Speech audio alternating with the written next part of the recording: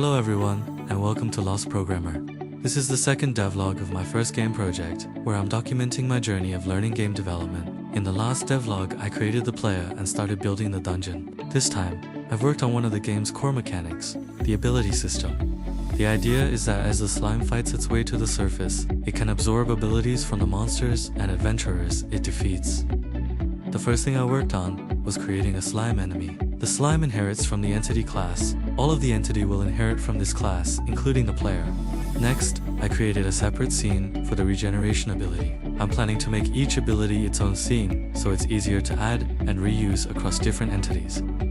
To give each entity its abilities, I added an ability handler node. Every entity has one, and it stores all of its abilities. For example, the regeneration ability simply periodically increases the health of the entity that owns it.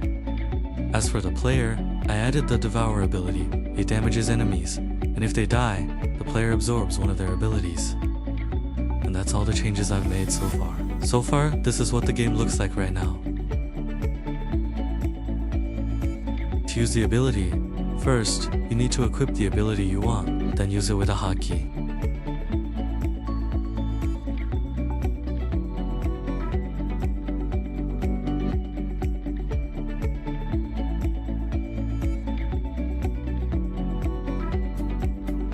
After defeating the enemy using the Devour ability, one of the ability of the enemy will randomly be absorbed.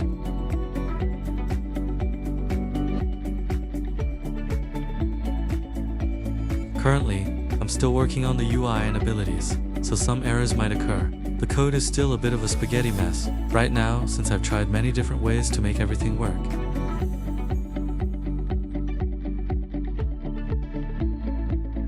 And that's all for this dev. Thanks for watching, and I'll keep working on improving the game for the next update.